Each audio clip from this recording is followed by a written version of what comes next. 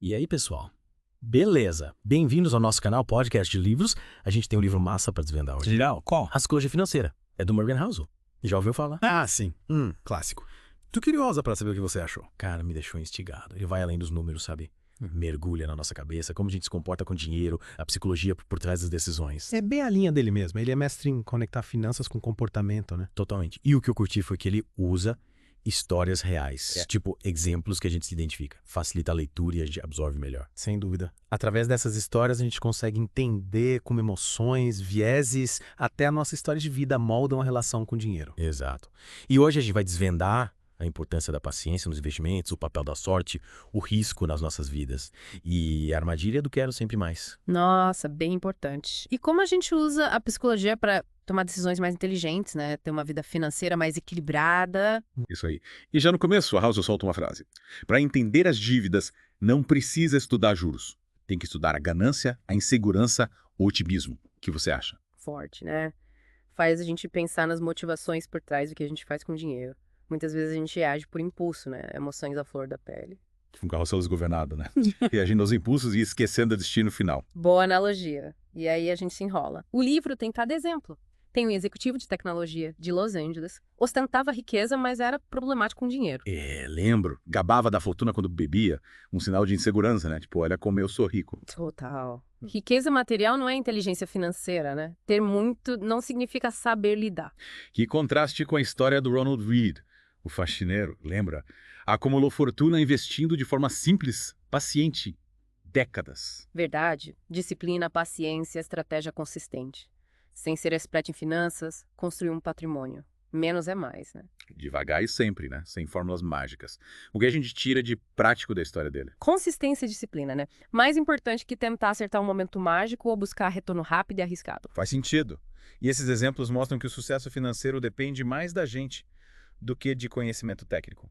Saber lidar com a mente. Com certeza. Controlar as emoções, ter disciplina, paciência, visão de longo prazo. Isso que constrói uma vida financeira sólida. E por falar em sorte e risco, o Housel aborda como a nossa história molda a percepção sobre eles, né? A trajetória do Bill Gates, por exemplo. Sim, a chance de ter acesso ao computador na escola na década de 60 era raríssima, só acho que deu uma mãozinha pra ele. Imagina se ele não tivesse essa chance, é sem Microsoft. Mas ele também fala do amigo do Gates, o Kent Evans, super talentoso, morreu num acidente. A gente não controla tudo. O Kent Evans nos lembra da força do acaso, como o risco muda tudo. A vida é cheia de surpresas. Vou tanto ao Bill Gates, mas será que foi só sorte? Claro que não. Ele aproveitou a oportunidade, teve visão, trabalhou duro, sorte abre portas, mas talento e determinação fazem a gente atravessá-las. E essa mistura de sorte e competência a gente vê em vários casos de sucesso, né? Total. A sorte dá um empurrãozinho, mas o resto é com a gente. E o Housel também fala do Cornelius Vanderbilt, John D. Rockefeller, que desafiaram leis para construir impérios, né? A ousadia e a legalidade. Como a ética e moral se misturam com as finanças, né? Muda com o tempo, o que era ousado vira crime ou vice-versa. E essa linha tênue entre ousadia e ilegalidade, a gente tem que se ligar, né? Total. Então, e uma bússola moral forte para guiar as decisões. Sucesso não justifica prejudicar os outros ou ser antiético. E aí entra analisar padrões gerais, né? Não só casos específicos. Entender o contexto e adaptar para a nossa realidade. Concordo. Buscar padrões e princípios da história, entender como surgiram e aí sim aplicar na nossa vida. E um padrão que a gente vê é querer sempre mais, mesmo tendo o suficiente. O caso do Rajat Gupta, consultor multimilionário, queria ser bilionário. A ganância e a ambição desmedida, né? Tinha tudo, mas queria mais. Acabou preso por decisões ilegais. Christian, né? A gente tem que cultivar a satisfação com o que tem, buscar o suficiente, né? Comparar com os outros só gera frustração. Verdade. A gente precisa celebrar o que já conquistou e ter gratidão, em vez de focar no que falta. E como a gente escapa dessa armadilha do mais? Poder que a gente tem o suficiente? Acho que a chave é definir o que realmente importa, né? Nossos valores. O que traz felicidade e realização. Saber o que a gente quer da vida, né? Qual o estilo de vida ideal, os objetivos de longo prazo. Exatamente. Aí a relação com o dinheiro fica mais leve, a gente escapa da busca infinita pelo mais. A felicidade não está em acumular bens, mas em viver de acordo com nossos valores. Bora continuar nossa conversa sobre a psicologia financeira. Bora. A gente viu como a nossa história, emoções, até a ilusão do fim da história, impactam as finanças. E que tal a gente falar dos preços altos? Todo mundo reclama, né? Verdade. Mas o Housel diz que reclamar dos preços altos é reclamar do nosso próprio sucesso. Como assim? Ele usa o exemplo da energia, do petróleo. Anos 70, pânico, o petróleo vai acabar.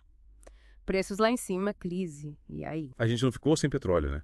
Ufa! Não, e não foi por causa de novos postos gigantes, mas porque a gente se virou, inovou. Carros mais econômicos, casas usando menos energia, empresas otimizadas. A gente reclamou, se mobilizou e inovou. Os problemas nos impulsionam, né? Eita. Em vez de só reclamar, buscar alternativas, né? Criatividade. Tipo, fazer limonada com os limões, né? Mudar a perspectiva. Mas, e guardar dinheiro, muita gente se enrola. O Rosso tem uma visão legal sobre isso.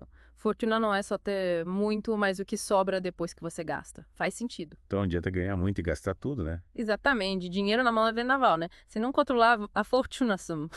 E como a gente controla os gastos?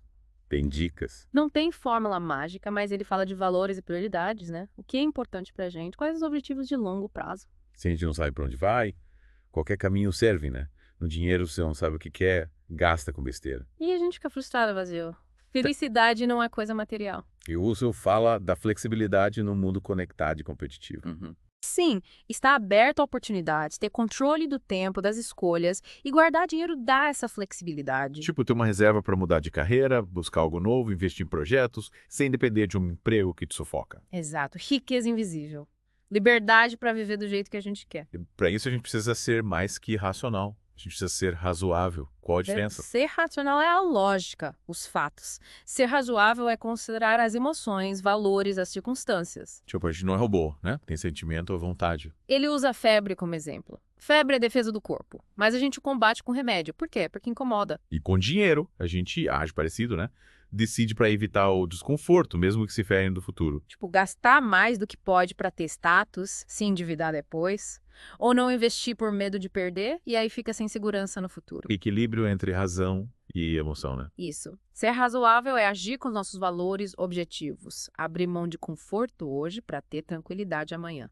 E no capítulo Surpresa, ele fala dos eventos inesperados. A vida é imprevisível, né? Planejamento é importante, mas sempre tem algo que bagunça tudo. Tipo, dirigir numa estrada cheia de curvas. A gente tem um mapa, mas não sabe o que vem pela frente. E ele usa o exemplo do 11 de setembro, ninguém previu. Mudou o mundo. E tem os cisnes negros, lembra? Cisnes negros. Eventos raros, imprevisíveis, que mudam tudo. Tipo um meteoro caindo na Terra. A gente sabe que pode acontecer, mas não quando nem onde. E aí a gente precisa de uma margem de segurança, né? Reserva financeira, diversificar investimentos, evitar dívidas, ter um plano B, tudo isso é margem de segurança. Tipo paraquedas reserva, né? Espero nunca usar, mas se precisar. E flexibilidade para se adaptar. Quem se ajusta melhor aos imprevistos sai na frente. Mas como a gente cultiva a flexibilidade? Acho que é ter a mente aberta, né? Aprender, sair da zona de conforto, se adaptar e ter uma base sólida financeira e emocional para se arriscar. E no capítulo Você Vai Mudar, ele fala de uma coisa que a gente não gosta de admitir. A gente muda com o tempo. A gente acha que é imutável, né? Mas nossos gostos, valores, objetivos mudam. Ele dá o exemplo da pessoa que quer ser motorista de Strator, depois advogado, e aí vira marceneiro. E muda tudo. Valores, prioridades, sonhos. E o dinheiro entra nisso. Quem nunca mudou de ideia, né? Eu já quis ser astronauta, paleontólogo. E essas mudanças infectam os planos. O que faz sentido hoje pode não fazer mais sentido amanhã. Como planejar o futuro se a gente não sabe quem vai ser? Acho que é equilibrar planejamento com flexibilidade, ter uma visão de longo prazo, mas se adaptar, mudar o rumo quando necessário. Ter um plano, mas sem ser radical, né? A vida é um rio, a gente segue o fluxo, se adapta às curvas. Ele chama isso de evitar a ilusão do fim da história. A gente acha que já chegou no destino final, mas a vida é transformação. E para lidar com isso, a gente precisa ter a mente aberta, humildade, coragem para mudar a rota. E as narrativas permeiam essa jornada, né? No capítulo Nada é de Graça, ele fala como elas influenciam as decisões. As narrativas. Aquelas histórias que a gente conta para dar sentido ao mundo. Sim. Elas simplificam, criam heróis e vilões, mas escondem a complexidade da vida real.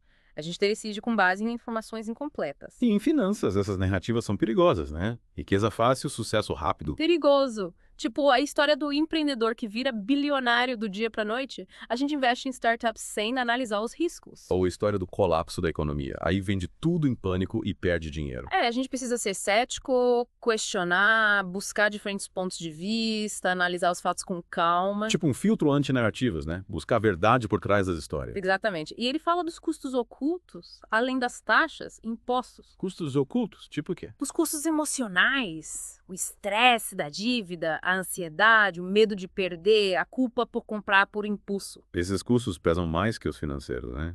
Ignorar isso afeta a saúde mental, o bem-estar. A gente paga um preço alto pela falta de consciência.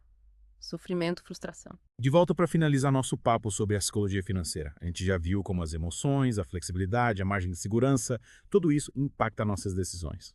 E como a gente cai em certas armadilhas, né? Narrativas, querer sempre mais. Mas o legal é que o livro não é só teoria. Tem histórias reais para a gente entender como funciona na prática. E que tal a história do próprio Morgan Housel? Ele conta como construiu a riqueza invisível dele. Eu sou como manobrista em hotel de luxo, né? Conheceu gente rica de perto. E viu que para muitos riqueza era fachada, insegurança, ostentação. De esconder as fragilidades atrás do dinheiro, né? Tipo Roger, do Porsche.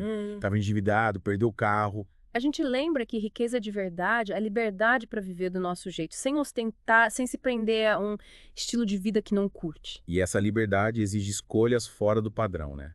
Desafiar o sucesso que a sociedade impõe. Total. O House e a esposa, por exemplo.